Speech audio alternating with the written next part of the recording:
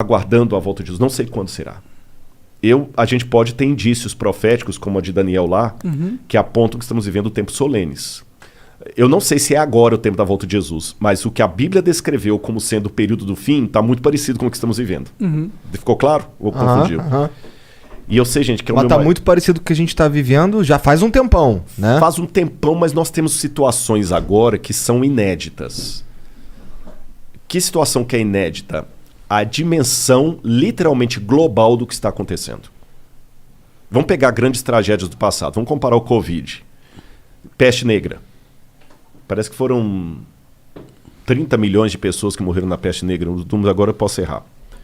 A peste negra bubônica lá. Mas ela afetou quem? O mundo inteiro? Não, ela afetou a Europa. Mesmo a gripe espanhola, que saiu da Europa, ela não afetou o mundo inteiro. Ou seja, nós estamos tendo agora uma pandemia que é literalmente uma pandemia.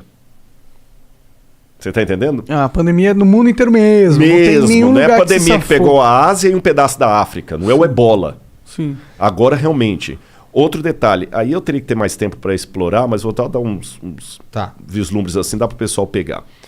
O Apocalipse fala de coisas que iam acontecer antes da segunda vinda de Cristo. E fala do surgimento de poderes que iam dominar o mundo e que o mundo inteiro seria unificado economicamente. Que vai ser dada a marca da besta. E não poderá comprar nem vender, senão aquele que tem a marca e o número de sua besta, o número do seu nome, etc, etc, etc.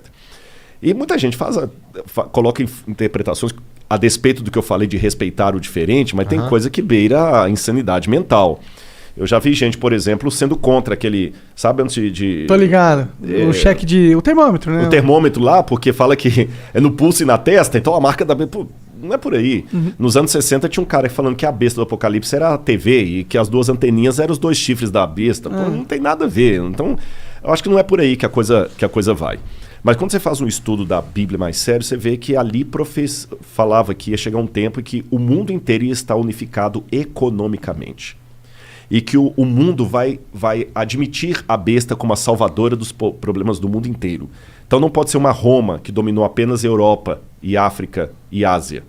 Não pode ser também uma Babilônia que pegou só o pedaço ali do Iraque, nem a Pérsia que pegou mais do Irã. O anticristo é um governo mundial, que vai ter um controle mundial. E muitas coisas que há décadas atrás eu não teria como responder para vocês, ainda que hipoteticamente, hoje que no campo das probabilidades eu tenho. O mundo hoje não precisa estar unificado em termos de países para que tenha um domínio mundial. Eu tenho consciência, gente, que o que eu estou falando está beirando muito a teoria da conspiração. Vai. Eu sei que está beirando, Mas sabe, não se falsifica uma nota de $3. Por que não falsifica uma nota de $3? Que todo mundo sabe que isso não existe. Não existe. Você pode inventar uma nota de $3. Falsificar, não. Você só falsifica o que existe. E o que existe é muito parecido com o falso. Então, olha como é que nós estamos num grande conflito cósmico entre as forças do bem e do mal. E o bem não quer que o mal prevaleça.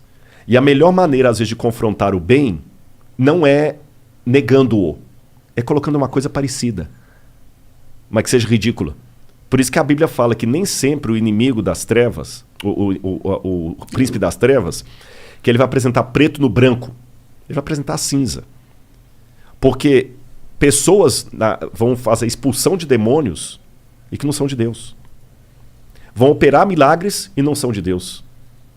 Vão falar de Jesus e não são de Jesus. Então, por exemplo...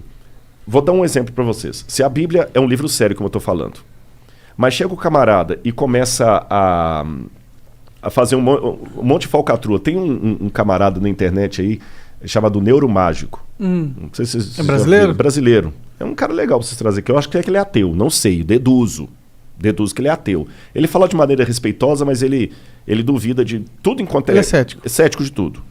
Eu vejo bacana o canal dele ali e tudo e tal. Eu acho que ele é ateu, não tenho certeza. Mas ele pega, às vezes, alguns pastores que o camarada vai lá e fala assim: olha, eu tenho o dom do espírito, né? Como é que eu sei? Eu sei aqui, ó, Igor. Tem algum Igor aqui? Aí você começa a levantar. Pois é, Igor. Saiba que hoje o Senhor vai te visitar. E começa a falar coisas. Tá me vindo aqui na minha mente a rua tal, tal, tal. Aí esse neuromágico mostra que depois desmascararam que era a mulher do cara que tava lá no Facebook Pesquisando. pegando os dados do Igor e passando no ponto pra ele. Você tá entendendo? Ridículo. Aí ele desmascara. Aí o que acontece? Quando você vê um camarada que é pastor falando que faz isso pelo batismo com o Espírito Santo, é ridículo isso. O que acontece o dia que eu falar com você que o Espírito Santo me deu uma mensagem? Você vai achar que é o mesmo. Sim. Você tá entendendo? Por isso que eu falei que eu sei que o que eu tô falando beira a teoria da conspiração. Sim. É porque a teoria da conspiração é uma contrafação do que vai acontecer justamente para parecer ridículo. É justamente para parecer ridículo.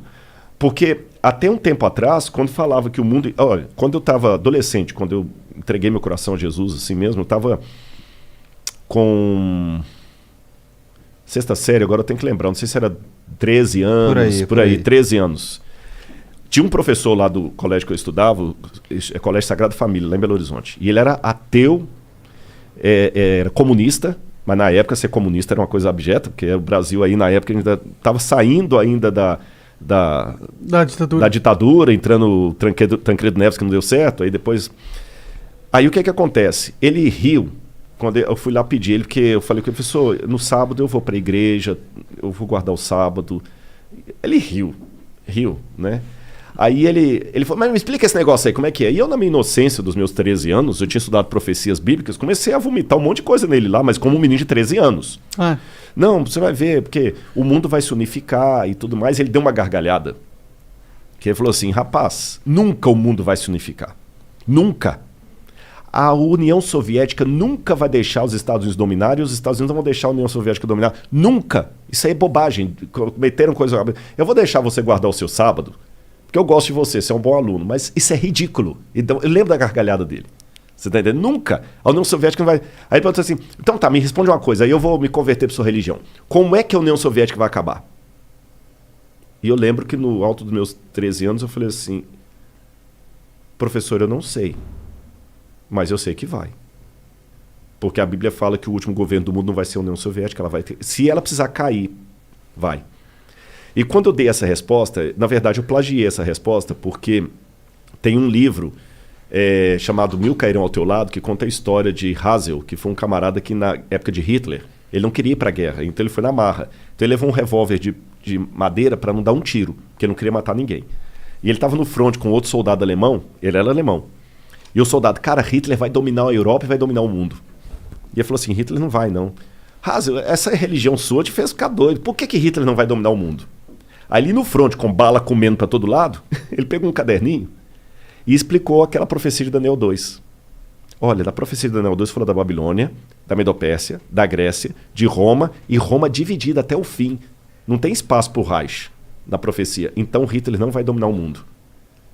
E de fato o Hitler não dominou. No livro mostra lá. Então eu falei a mesma coisa. E ele falou, mas como é que Hitler não vai dominar? Nós estamos ganhando. Ele falou, não sei, mas não vai. Com o professor eu falei a mesma coisa. Eu falei, não sei, professor, mas a Rússia vai cair, a União Soviética vai cair.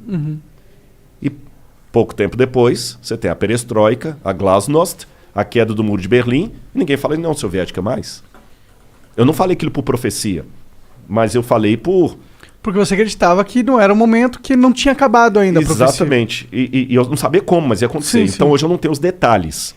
Mas eu tenho um mundo caminhando a passos largos para aquilo que o Apocalipse fala. O Apocalipse fala o seguinte, que ia chegar o tempo em que Deus teria que destruir os que destroem a terra. Apocalipse 11, 19. Destruir os que destroem a terra. Quando você lê isso no grego, Igor, tá bem assim, os que estão destruindo a terra, rege, a terra, o planeta redondo. Agora, o que acontece? Na época que João escreveu isso, o mundo não tinha como ser destruído pelo ser humano. Só em 1935 foi publicado o primeiro livro falando de poluição e destruição da Terra, que foi de Rachel Carson. O Apocalipse foi escrito no ano 97, 1935, faz a conta aí. E agora o mundo pode ser destruído. E o Apocalipse fala de pragas de Deus que iam ser enviadas à Terra. E gotas dessas pragas cairiam antes do fechamento da porta da graça para servir de evidência do que vai vir. E sabe uma das pragas? Vou falar de duas, para não assustar vocês. São similares às pragas do Egito. Uma delas no Apocalipse fala o seguinte, que o anjo derramou a sua taça sobre os rios e fontes d'água, e eles se tornaram como sangue de morto. E era complicado as pessoas beberem a água, porque elas estavam como sangue de morto. Como é que é o sangue de um morto? Não é vermelho. É viscoso, escuro, quase coagulado. Como é que está o Rio Tietê? Tá nisso. Como é que está a Lagoa Rodrigo de Freitas? Como é que estão essas coisas? Foi-lhe dado ao sol que queimasse os homens com intenso calor. Aquecimento global. Aquecimento global. Que muitos negam. Falam também que é teoria da conspiração, que não existe aquecimento global. Mas o fato é que as geleiras... Eu não sou cientista. Por favor, não cobrem de mim o que eu não sou. Tu é cientista, mas não esse cientista. Não esse tipo, Agora, mas eu sei que as calotas estão derretendo. Sim, a gente tem evidências. O nível da água está subindo. Sim, Você está entendendo? Tem recorde de temperatura em vários lugares. Se isso é discurso globalista ou não, não sei. Mas que temos recorde de temperatura, temos. Inclusive, no Canadá deu 49 graus e 300 pessoas morreram. Porra! Deu 49 graus. Imagina só, isso é clima de deserto. Eu enfrentei isso no deserto da Judeia. Então... Caralho. Eu tava lá, vi na notícia. Quando eu vejo essas coisas no Apocalipse, eram coisas que não podiam acontecer na época de João.